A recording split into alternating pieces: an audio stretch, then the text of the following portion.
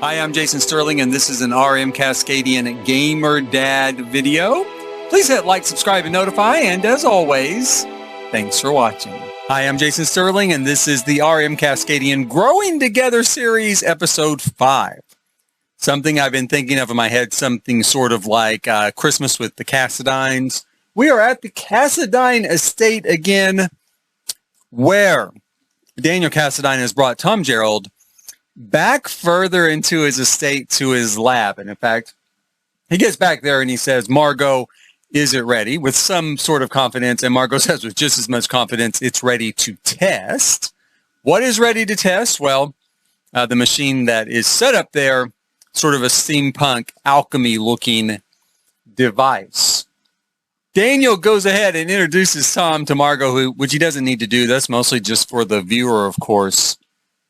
Because Margot has been acting as an intermediary between Tom and Daniel to set up this meeting between them.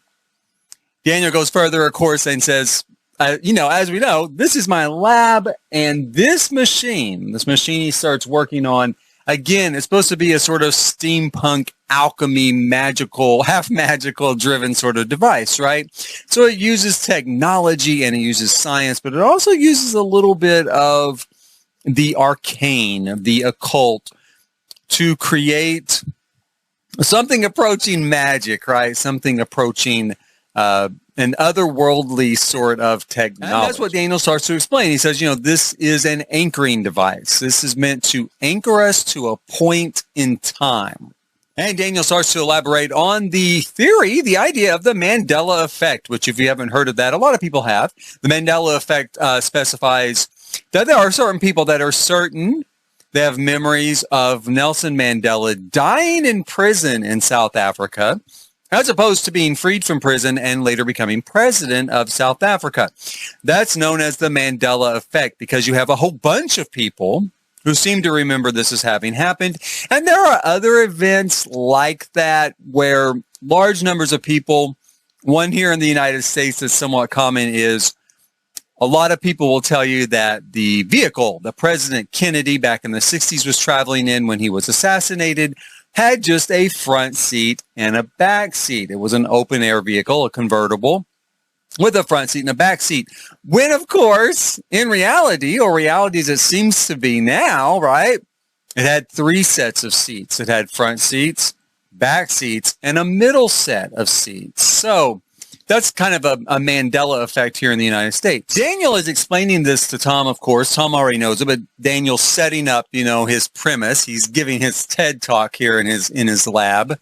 And I'll say real quick, this series takes place circa 2005. The Mandela effect as a term wasn't coined until around 2009. So this is a little bit out of time, right? A little bit different from our own timeline, this particular Sims universe, because the Mandela effect is somewhat well known by 2005 in this particular storyline. And Tom does say, hey, I know that. I know the Mandela effect. Tom even owns up to kind of being someone who does remember Nelson Mandela having died in prison, right? And then he goes on to say, he's not really sure he believes in that concept. He thinks there's other things that probably could explain it.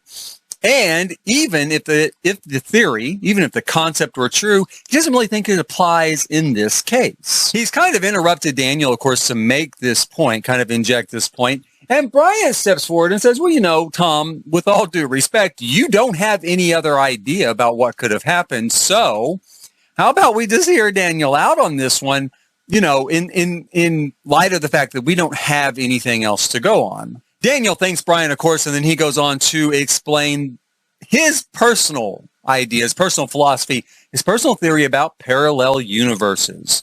Now, parallel universes, by their very nature, by their name, run parallel. They're like lines on a sheet of paper that don't cross one another and don't touch one another. They run parallel from the beginning of time to the end of time. But Daniel's theory, of course, is that they don't. They actually wrap around each other like strands in a string of yarn. So, a string of yarn is made up of different strands of thread or smaller pieces of yarn that have been twisted together. And that's how Daniel sees time and these separate universes, is that they're wrapped together. And as he says, if you're standing on top of the piece of yarn, that's your current universe. That's where you are.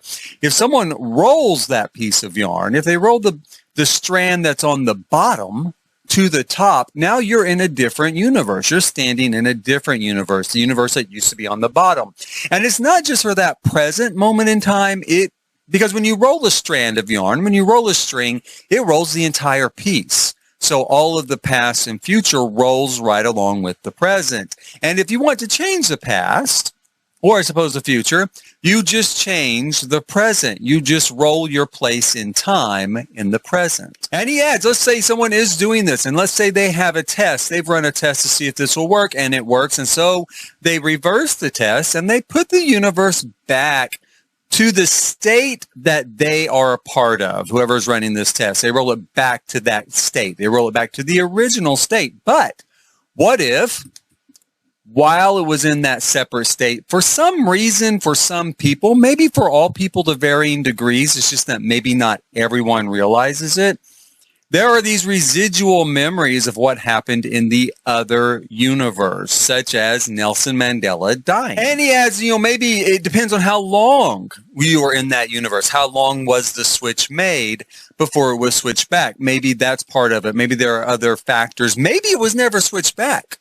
Maybe when you remember Nelson Mandela dying, that's because in the original universe he did, and in the new one, he didn't. Daniel's known Tom for a long time, and so he automatically knows what Tom is thinking. And he says, of course, before you ask, no, it wasn't us. We didn't do this. In fact, it does seem like something we might do, but we did not do it. We did not tinker with time in this way. And in fact, we're trying to, on the contrary, we're trying to stop it. And his first step on that path is to create this anchoring field so that if time is rolled, he and that group there at that estate will remain anchored to their original universe, at least as far as their memories go. Their memories will not change with these rolls. They will remember things as the original universe memory set. And then they can easily deduce what's been changed and what hasn't. And Tom interjects again, of course, and you mean just the four of you, right? Because Tom probably is still thinking a little bit. Are they the ones doing this, right? They're trying to develop something that will anchor them in place. Just the four of them while the rest of the world changes. So, yeah, you mean just you, right, Daniel? Daniel, of course, owns that. But he says, hey, if you were thinking I could make something big enough to cover the entire planet, no, you are wrong. I can't make something big enough to cover the entire planet. And in fact, if we even get this working well enough to cover a small part of this estate or the estate itself, I'm going to consider that a major success. And just to prove that he is on the up and up, he is the good guy in this scenario, he'll be more than willing to provide a copy of the device to Tom to install wherever he happens to be, to also anchor him in time. And probably a few other people. I mean, Daniel knows a lot of different people. So if he's building a coalition, which he is, then he would try to anchor different groups in order to keep their memories steady. Tom still isn't buying it. He says, hey, Reg and Max are in the wrong place and Max is the wrong age. He's going to start making this list of things. And of course, Daniel knows that, Daniel's like, yes, I know, but this is it. This is the best we have at the moment. Someone rolled time. So we have memories that are different from reality. That's the best they have at the moment. That's what they're operating under. And does Tom want to be a part of this? Does he want to be kept in the loop or not? It's kind of up to him. They're not here to convince him.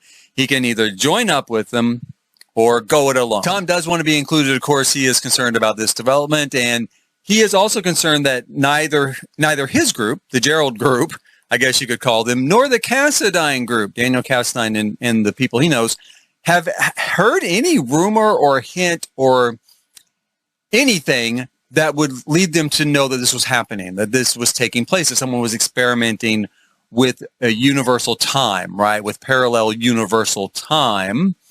And that's really concerning. And Daniel agrees. And he says, yeah, if we knew that, it would already be stopped. So obviously we don't know. There's not any rumors. There's not any hints. There's no place even to start on it. Now, Tom, after this meeting, he goes ahead and leaves. He returns to San Myshuno. Daniel is wrapping up with his group there in the lab. And Margot agrees with Tom. She says, he's right. There has to be something more to it than just someone rolled rolled the universes, rolled the string, rolled the yarn. There has to be something more to it than that. Brian also thinks so. I mean, they all think there has to be something more to it. And as Brian says, though, he says, is anybody concerned that Tom never mentioned Patrick? There are, of course, 3 people. There's Patrick, Reg, and Max, and Tom never mentions Patrick. And in fact, as Nelson says, he thought it was really odd. Patrick did die at the same time as Reg and Max. So actually all 3 of them should be dead, right?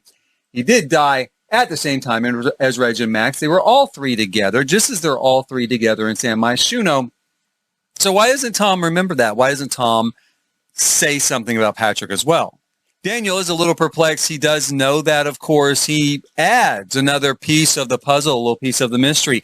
All 3 of them, Reg, Max, and Patrick, die on the Cascadian, which doesn't exist, of course. The Cascadian also does not exist.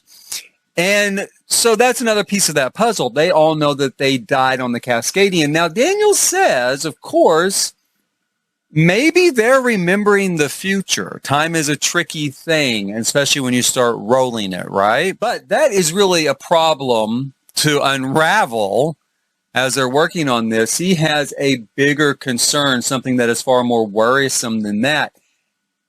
Tom has forgotten part of what they all know or should know happened, and he doesn't realize that he's forgotten it.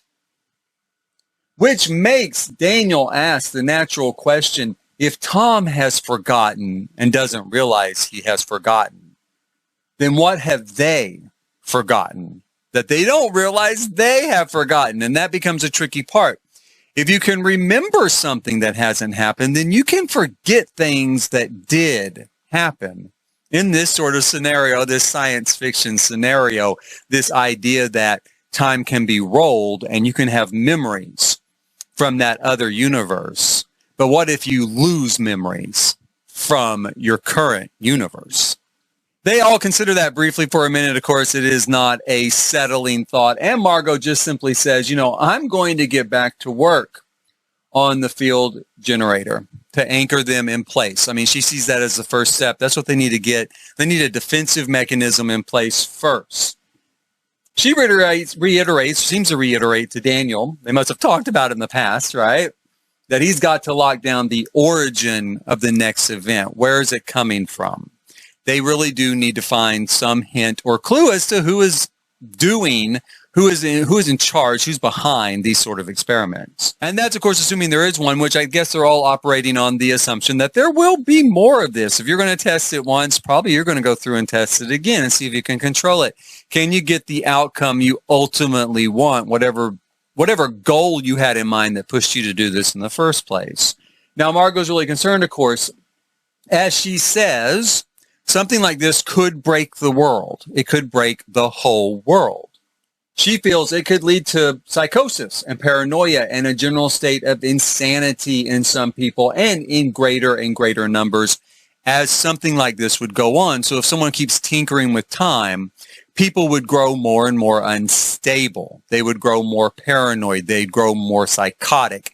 They would become more violent in their behavior because they would start to slowly go insane. Now, maybe not everybody or not everybody at the same rate, but you're definitely going to have that happen. So she sees the biggest concern there. That's why it is such a necessity to figure out who's doing it and bring the entire thing to a stop. Because as Daniel said, and she knows this, they can't build something big enough to cover the entire planet. And that's where we end this episode of the RM Cascadian Growing Together series. We have the Cassidine estate at work and Tom Gerald at work, and then we're headed back to San Myshuno, where life goes on like normal with Reg and Max and Patrick at Christmas. Christmas time, Reg's family, Reg's mom and dad, are going to visit him there in San Myshuno for Christmas with the brand new baby. So please hit like, subscribe, and notify to catch that episode. Also, coming up in that episode, Patrick has a visitor,